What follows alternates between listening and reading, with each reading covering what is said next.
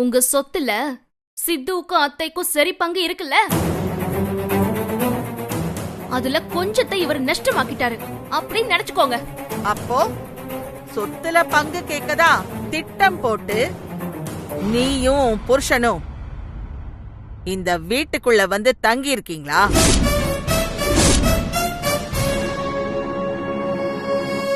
இப்படி ஒரு திட்டத்தோடு தானே என் பேரன் ஆகாஷை ஏமாத்தி கம்பெனியிலயும் இவனை பார்ட்னரா சேர்த்து விட்டிருக்கியா?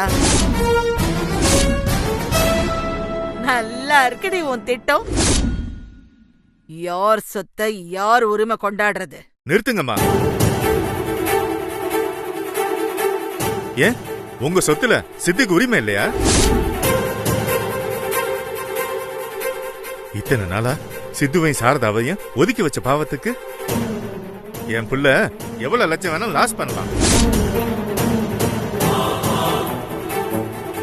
ரொம்ப சரியா சொன்ன கண்ணா. இன்னைக்கு தான் நீ உங்க அம்மாவை எதிர்த்து சரியா பேசியிருக்க. இங்க பாரு ஆண்டாள், நேத்து ஆபீஸ்ல நடந்த சம்பவத்தை இதோட மறந்துரு. இன்னொரு முறை நீ அதை பத்தி பேசினேன்னு வச்சுக்க, நான் மனுஷனாவே இருக்க மாட்டேன். என்ன ஆளாளுக்கு மிரட்டுறீங்க? நீங்க மிரட்டினா நான் அப்படியே பயந்து போயிடுவேனா? எதுக்காக நீங்க ரெண்டு பேரும் இவனுக்காக சப்போர்ட் பண்றீங்க? ஏன்னா சித்து ஏன் புள்ளமா. நீங்க ஏத்துக்கிட்டாலும் ஏத்துக்கலனாலும் ஆகாஷ் மாதிரியே சித்துவும் உங்க பேரன் தானே. அவனை நீங்க யாரோ மாதிரி நடத்துறத பார்த்து நாங்க எப்படிமா அமைதியா இருக்க முடியும்? கண்ணா, இப்ப எதுக்குமா கத்துறீங்க? அப்பா ப்ளீஸ், என்னால எதுக்கு உங்களுக்குள்ள சண்டை? பாத்தியா ஆண்டாள், அவன் வயசு என்ன உன் வயசு என்ன, எவ்வளவு பெருந்தன்மையா நடந்துக்கிட்டான் பாரு. நீயும் தான் இருக்கி. அப்ப இவன் நமக்கு உண்டு பண்ண நஷ்டத்தை சரிதாங்கிறீங்களா? ஐயோ ஆண்டாள், நீ திரும்ப திரும்ப அதையே பேசிக்கிட்டு இருக்காத. அதெல்லாம் முடிஞ்சு போன கதை. அந்த பேச்ச இதோட விட்டுரு. ஆமாமா, விட்டுருங்கம்மா ப்ளீஸ்.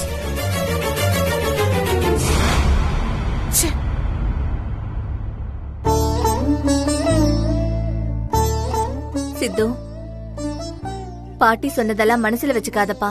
அவங்க எப்பவுமே அப்படிதான். நீ சந்தோஷமா ஆபீஸ்க்கு கிளம்பு. ஆமா சித்து, நீ எப்பவும் போல ஆபீஸ்க்கு போயிட்டு வாப்பா.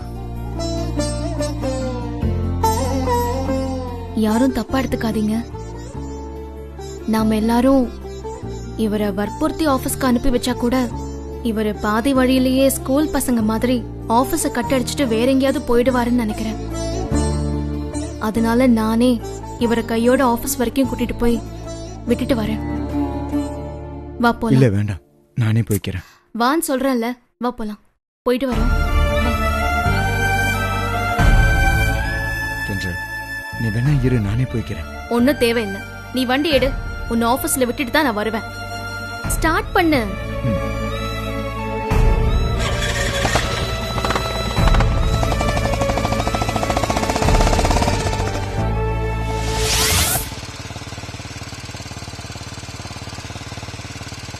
சித்து, இன்னைக்கு கிளைமேட் நல்லா இருக்குல்ல? நம்ம ரெண்டு பேரும் இந்த மாதிரி ஜோடியா பைக்ல போய் ரொம்ப நாள் ஆச்சுல்ல? கல்யாணத்துக்கு முன்னாடி ஒரு நாள் ஆபீஸ்ல பைக் ரிப்பேர் ஆயிடுச்சு.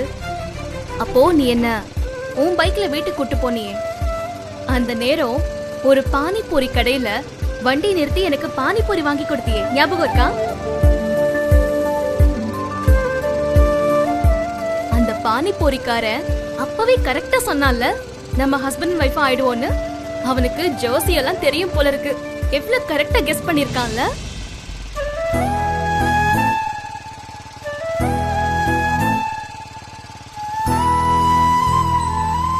சித்து, என்ன இந்த பக்கம் போற? ஆபீஸ்க்கு நாம அந்த பக்கம் தானே போனோம்.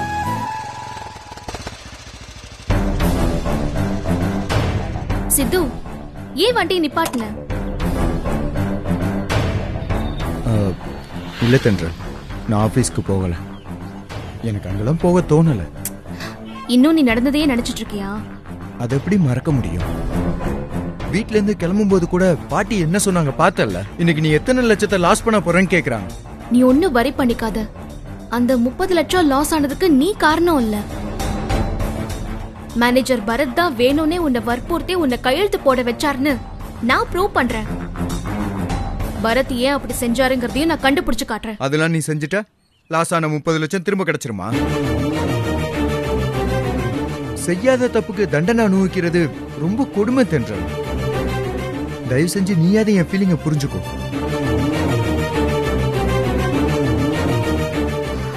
சரி, இப்ப நீ எங்க தான் போற? அம்மாவை பார்க்க போறேன். சரி, அத்தைய போய் பார்த்ததுக்கு அப்புறம் நீ ஆபீஸ்க்கு போகணும். சரின்னு சொல்லு ப்ளீஸ். அது அப்புறம் யோசிக்கலாம். இப்ப கிளம்புவோம்.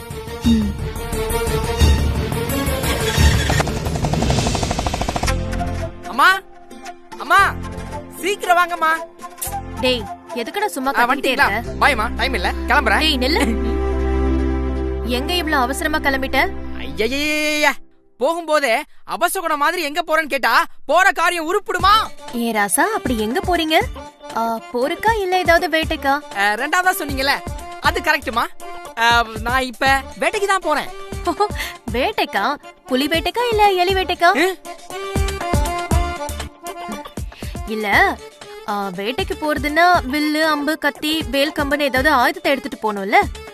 ஆனா உன் கையில அப்படி எதுவுமே இல்லையே. அம்மா, நான் வேலை வேட்டைக்கு போய்கிட்டு இருக்கேம்மா. வேலை வேட்டைக்கா? சரி, எங்கெல்லாம் போய் வேலை தேட போறீங்க? இது என்னம்மா கேள்வி? நான் பிக் எஃப்எம்ல தான் வேலை பாத்துக்கிட்டு இருந்தேன். அங்க இப்ப வேலை இல்லைன்னு ஆயிப்போச்சு. அதான் வேற ஏதாவது வேலை கிடைக்குமான்னு தேடி பார்க்க போறேன். நானும் 2-3 நாளா ஒவ்வொரு எஃப்எம்கா போய் வேலை தேடிக்கிட்டு இருக்கேன். எதுவுமே செட் ஆகல. எவனுமே சேர்த்துக்க மாட்டேங்கிறான். அதான் இன்னைக்காவது ஏதாவது வேற ஒரு எஃப்எம்ல வேலை கிடைக்குமான்னு தேடி பார்க்க போறேன். டேய், பிக் எஃப்எம்ல சித்துவும் தென்றலும் ஆர்ஜேவா ஒர்க் பண்றாங்க. ஆனா நீ அங்க ஆபீஸ் ஒர்க் தானே பாத்துட்டு இருந்த. நீ ஒன்னும் ஆர்ஜே கிடையாதுல்ல, அப்புறம் என்ன? நீ பார்த்த ஆபீஸ் வேலைய எஃப்எம்ல தான் தேடணுமா? வேற ஏதாவது ஆபீஸ்ல கூட தேடலாம்ல. அம்மா, நான்லாம் கலைத்தாயின் பிள்ளை. அதனால அந்த கலைத்தாய் எங்க இருக்காளோ அங்கதான் நான் வேலை செய்வேன். அங்க எனக்கு சாதாரண ஒரு சின்னதா பியூன் வேலை கிடைச்சா கூட போதும், நான் சந்தோஷமா ஏத்துக்குவேன். இப்படியே சொல்லிக்கிட்டு இருந்தேன்னு வச்சுக்க, கடைசி வரைக்கும் உனக்கு வேலை கிடைச்ச மாதிரி தான். அம்மா, எனக்கு கிண்டலா? நீங்க வேணா பாத்துக்கிட்டு இருங்க, எனக்கு எப்படியும் வேலை கிடைக்குமா? ஏதாவது ஒரு எஃப்எம்ல என் திறமைய பார்த்து என்ன சேர்த்துக்குவாங்க. உன்ன ஏன்டா இப்படி அடம் பிடிக்கிற? அதான் சித்து ஆகாஷ் ஆபீஸ்ல பார்ட்னரா ஜாயின் பண்ணிருக்கான்ல. அது இப்ப சித்துவுக்கும் சொந்த கம்பெனி மாதிரி தானே. நீ பேசாம அவன்கிட்ட போய் வேலை கேட்கலாம்ல. அம்மா, உங்க வாய்க்கு சுகர் அலிதாமா போடணும். சூப்பர் ஐடியாமா இது. சரி, இவ்வளவு நாள் இது எனக்கு தோணாம போச்சு பாருங்களேன். நான் நேரா சித்து ஆபீஸ்க்கு போறேன், சித்துவை பாக்குறேன், அவன் கம்பெனில பெரிய போஸ்டிங்ல ஜாயின் பண்றேன். வாங்கம்மா, வாங்க. சித்து, தென்றல் வாங்க. இப்பதான் உங்களை பத்தி பேசிக்கிட்டு இருந்தோம்.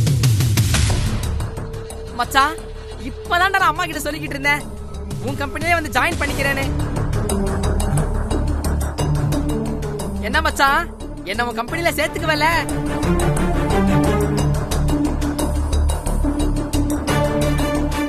தென்றல், என்னாச்சு? ஏன் இவன் இப்படி இருக்கான்? அத்தை, ஆபீஸ்ல சித்துக்கு ஒரு பெரிய ப்ராப்ளம் ஆயிடுச்சு. என்ன சொல்ற தென்றல்? மச்சானுக்கு ஆபீஸ்ல அப்படி என்ன பிரச்சனை? ஷேர் மார்க்கெட்ல ஒரு தப்பான ஷேர்ல சித்து பணத்தை இன்வெஸ்ட் பண்ணி அது மூலமா கம்பெனிக்கு 30 லட்சம் லாஸ் ஆயிடுச்சு. ஆனா சித்து அதை விருப்பப்பட்டு செய்யல. அந்த ஆபீஸ் மேனேஜர் தான் சித்துவை கம்பல் பண்ணி அந்த ஷேர் டாக்குமெண்ட்ல கையெழுத்து போட வச்சிருக்காரு. ஆனா அந்த மேனேஜர் ஆண்டாள் பாட்டி கிட்ட சித்து தான் கம்பல் பண்ணி கையெழுத்து போட்டாருன்னு மாத்தி சொல்லிட்டாரு. அதனால ஆண்டாள் பாட்டி சித்துவை பயங்கரமா திட்டாங்க. அட கடவுளே, என்ன மச்சான் இப்படி ஆயிடுச்சு? நான் வந்து உன் கம்பெனில வேலைக்கு சேரலான்னு பார்த்தா இப்ப உனக்கே உன் கம்பெனில வேலை இல்லாம ஆயிடுச்சே. டேய், சும்மா இருக்க மாட்டியா நீ? அவனே எவ்வளவு பெரிய பிரச்சனையில வந்திருக்கான், தேவையில்லாம அவனை கிண்டல் பண்ணிட்டு இருக்க. அம்மா, நான் கிண்டல்லாம் பண்ணலாமா? உண்மைதான் சொல்லிக்கிட்டு இருக்கேன். மச்சான் இனிமே இந்த கம்பெனிக்கு போக முடியாதுல்ல. சரி, எதை பத்தியும் கவலைப்படாத. கடவுள் இருக்காரு, ஏதாவது நல்லது நடக்கும். நீ அதே நினைச்சு வருத்தப்பட்டு இருக்காம நிம்மதியா இரு. தென்றல், உனக்கும் தான் சொல்றேன், நான் கோயிலுக்கு போயிட்டு வந்துடுறேன், அவனை பாத்துக்க.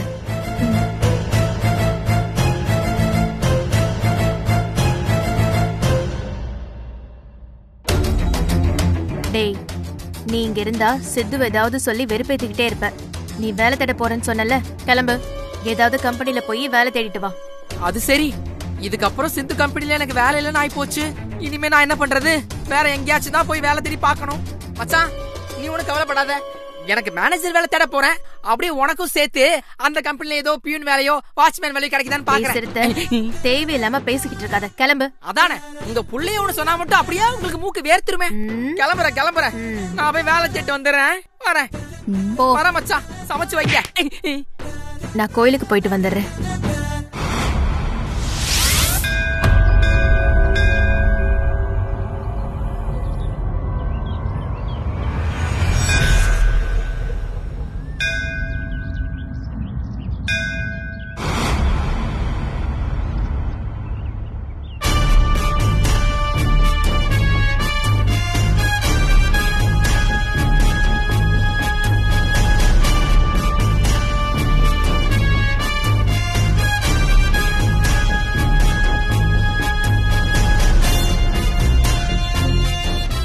என்ன மாமியாரே, உங்க தில்லாலங்கடி வேலையை திரும்பவும் ஆரம்பிச்சிட்டீங்க போல இருக்கு. ரொம்ப விவரமா ஏதோ பண்ணி என் பையனை வீட்ல இருந்து விரட்டி விட்டுட்டீங்க போல. இப்ப என் பையன் என் வீட்ல தான் இருக்கான். அவன் கூட தென்றலும் வந்திருக்கா. எதுக்கு உங்களுக்கு இந்த வயசுலயே இப்படி ஒரு ஈன வேலை? என்னடி திமிரா? நான் எங்கடி ஓம் பிள்ளைய வீட்டை விட்டு அனுப்புனேன். அவனுக்கு தப்பு பண்ணிட்டோன்னு சொல்லி குற்ற உணர்ச்சி. அதான் ஆபீஸுக்கு போகாம உன் வீட்ல வந்து பதுங்கி இருக்கான். 30 லட்சம் ரூபான்னா சும்மாவா? அவ்வளவு பணத்தை நீயும் உன் பிள்ளையும் இது வரைக்கும் மொத்தமா கண்ணால பாத்திருப்பீங்களா? கஷ்டப்பட்டு உருவாக்கின என் கம்பெனிக்கு உன் பையன் 30 லட்சம் நஷ்டத்தை உண்டு பண்ணியிருக்கான். இதெல்லாம் எவ்வளவு பெரிய தப்பு. இதுக்காக நான் அவனை போலீஸ்லயே புடிச்சு கொடுத்திருக்கலாம். இருந்தாலும் ஆகாஷம் மீறி என்னால எதுவுமே செய்ய முடியல. அதனாலதான் அமைதியா இருக்கேன். என் பேச்ச கேட்காம ஆகாஷ் உன் புள்ளைய கம்பெனியில பார்ட்னரா சேர்த்துக்கிட்டான் பாரு, அவனை சொல்லணும். அப்போ என் வீட்ல எல்லாரும் உன் பையனுக்கும் தென்றலுக்கும் சப்போர்ட் பண்ணி தான் பேசினாங்க. அது எவ்வளவு பெரிய தப்புன்னு இப்ப அவங்களுக்கு புரிஞ்சிருக்கும். ஆனா அத வெளியில காட்டிக்காம இருக்காங்க. இத பாருடே, 30 லட்சம் எனக்கு பெரிய காசே இல்ல. அதனால அத போனா போகுதுன்னு விட்டுட்டேன்.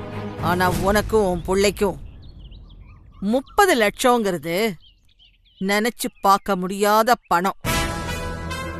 அவ்வளவு பணத்தை உன் பையன் என் கம்பெனிக்கு நஷ்டமாக்கி இருக்கான்.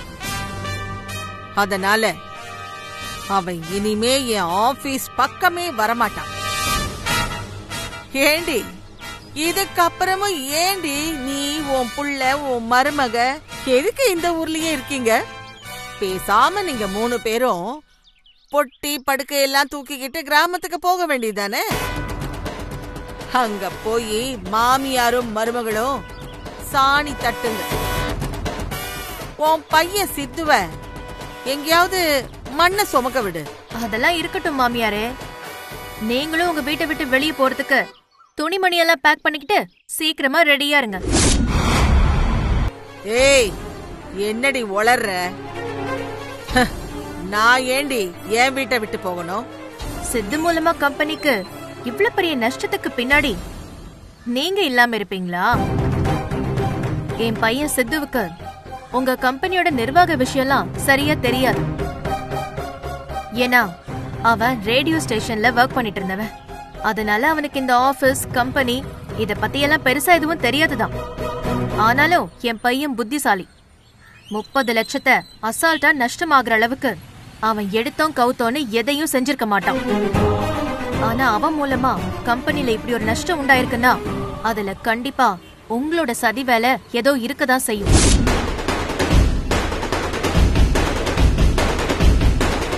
உண்மையை சொல்லுங்க, நீங்க தான் ஏதோ சதி பண்ணி என் பையன் மூலமா இப்படி ஒரு நஷ்டத்தை உண்டு பண்ணிருக்கீங்க. நான் சொல்றது சரிதானே? சொல்லுங்க சொல்லுங்க மாமியாரே, உங்ககிட்ட தான் கேட்டுக்கிட்டு இருக்கேன். நீங்க சொல்லலனாலும் கடவுள்னு ஒருத்தர் இருக்காரு. அவரு கண்டிப்பா நீங்க என்ன சதி பண்ணீங்க, எப்படி சதி பண்ணீங்க, யார வச்சு சதி பண்ணீங்கன்னு சித்துவுக்கும் தென்றலுக்கும் காட்டி கொடுத்துருவாரு. அதுக்கப்புறம் ஆகாஷுக்கும் கண்டிப்பா விஷயம் தெரிய வரும். எனக்கு தெரிஞ்ச ஆகாஷ்க்கு சுத்தமா உங்களை பிடிக்கல. உங்ககிட்ட அவன் வெறுப்போட தான் நடந்துக்கிறான். இப்படி ஒரு சதி பண்ணி என் பையன் மேல பழிய உண்டு பண்ணிருக்கீங்கன்னு மட்டும் ஆகாஷுக்கு தெரிய வந்துச்சுன்னா அவன் சும்மா இருப்பானா? பாட்டியாவது பூட்டியாவதுன்னு உங்க கழுத்தை புடிச்சு வெளியே தள்ளி வீட்டை விட்டு வெளியே அனுப்பிடுவான்.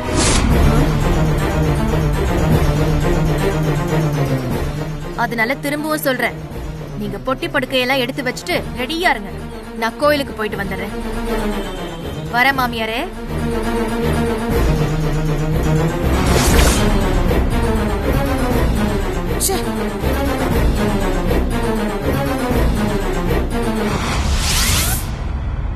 சாப்பிடு.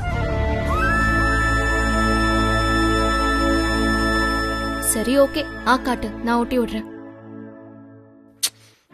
நான் என்ன ஸ்கூல் பையன் நினைச்சிட்டியா? நீ ஸ்கூல் பையன் மாதிரி தான் நடந்துட்டு இருக்க. பின் என்ன, ஸ்கூல் பசங்க தப்பே பண்ணாம இருக்கும்போது வாத்தியார் அடிச்சா அமைதியா இருப்பாங்க. இப்போ நீ அந்த மாதிரி தான் இருக்க. நீ தான் தப்பே பண்ணல, அப்புறம் எதுக்கு நடந்ததையே நினைச்சிட்டு இருக்க? சாப்பிட்டு கிளம்பு. நம்ம ஆபீஸ்க்கு போய் அந்த மேனேஜரை பார்த்து எதுக்காக அவர் உங்களை வற்புறுத்தி அந்த டாக்குமெண்ட்ல கையெழுத்து வாங்கினார்னு விசாரிப்போம். அவங்கிட்ட போய் விசாரிச்சு உண்மையா தெரிஞ்சுக்கிட்டதுக்கு அப்புறம் நஷ்டமான 30 லட்சம் திரும்ப கிடைச்சிருமா?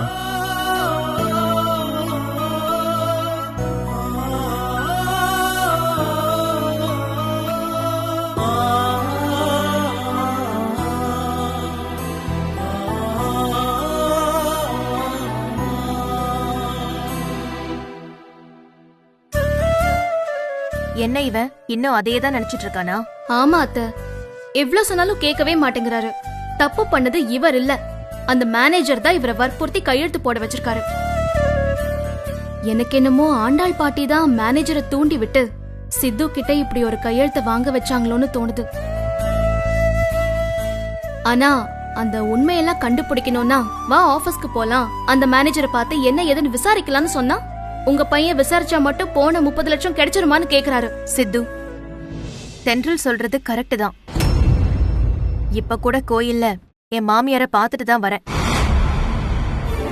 என்கிட்ட ரொம்ப நக்கலா பேசினாங்க. அவங்க பேசின விதத்திலேயே தெரிஞ்சது இப்ப அவங்களாலதான் இந்த நஷ்டம் நடந்திருக்கணும். அவங்க கிட்ட நான் சொன்னேன், யாரால இந்த தப்பு நடந்துச்சு, இதுக்கு பின்னாடி யார் இருக்கான்ற உண்மையெல்லாம் தென்றலும் சித்துவும் கண்டிப்பா கண்டுபிடிச்சிருவாங்கன்னு. அப்ப அவங்க முகமே மாறிடுச்சு. பாத்தியா சித்து, அத்தைக்கே புரியுது ஆண்டாள் பாட்டி சொல்லிதான் இதெல்லாம் நடந்திருக்குன்னு. இதுக்கு மேலயும் நீயே தயங்குற. வா ஆபீஸ்க்கு போய் அந்த மேனேஜரை பார்த்து விசாரிக்கலாம். இங்க பாரு சித்து, நம்ம ஆபீஸ்க்கு போய் மேனேஜரை பார்த்து விசாரிச்சாதான் எல்லா உண்மையும் தெரிஞ்சுக்க முடியும். அதை விட்டுட்டு இப்படி அமைதியா இருந்தா எந்த உண்மையும் தெரிஞ்சுக்க முடியாது. இங்க பாரு சித்து, நீ சொல்ற மாதிரி நமக்கு உண்மை தெரிய வந்துட்டாலும் போன 30 லட்சம் திரும்ப வராதுதான். ஆனாலும் அந்த உண்மைய நீ கண்டுபிடிச்சுதான் ஆகணும். அதுக்காகவாது நீ ஆபீஸ்க்கு போய் அந்த மேனேஜரை பார்த்து விசாரிச்சுட்டு வா. சித்து, பிரச்சனைய பார்த்து ஓடக்கூடாது, அத நாம ஃபேஸ் பண்ண கத்துக்கணும். இந்த பிரச்சனைக்கே நீ ஓடி ஒளியணும்னு நினைச்சா ஃபியூச்சர்ல இன்னும் எத்தனையோ பிரச்சனைகளை நீ சந்திக்க வேண்டியிருக்கும். பிசினஸ்னா சும்மா இல்ல, அதுல 1000 பிரச்சனை வரும். எல்லாத்தையும் நாம ஃபேஸ் பண்ணி தான் ஜெயிக்கணும். வா நம்ம ஆபீஸ்க்கு போலாம். சித்து, போயிட்டு வா. சரி, ஆபீஸ் கிளம்பலாம்.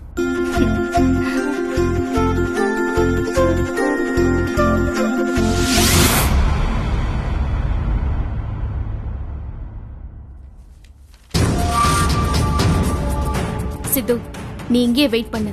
மேனேஜர் கிட்ட நான் மட்டும் போய் பார்த்து பேசிட்டு வரேன். அதுக்கப்புறமா நீ வா. இல்ல தென்றல், அந்த ஆள்கிட்ட நான் பேசிக்கிறேன். சித்து, இது ஆபீஸ் சித்து, இங்க பிரச்சனை எதுவும் பண்ண வேண்டாம். நீ ரொம்ப கோவப்படுவ, அதனால நீ இங்கே இரு, நான் போய் பார்த்து பேசிட்டு வரேன். ப்ளீஸ்.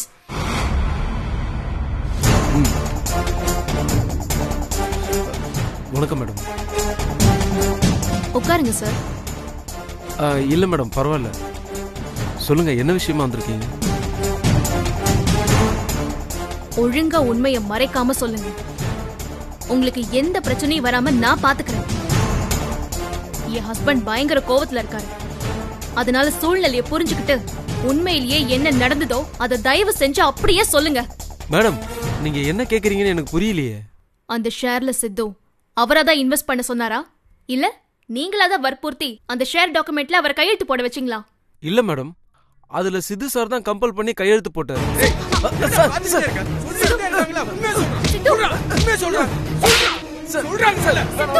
சித்து கொஞ்சம் பொறுமையா இரு.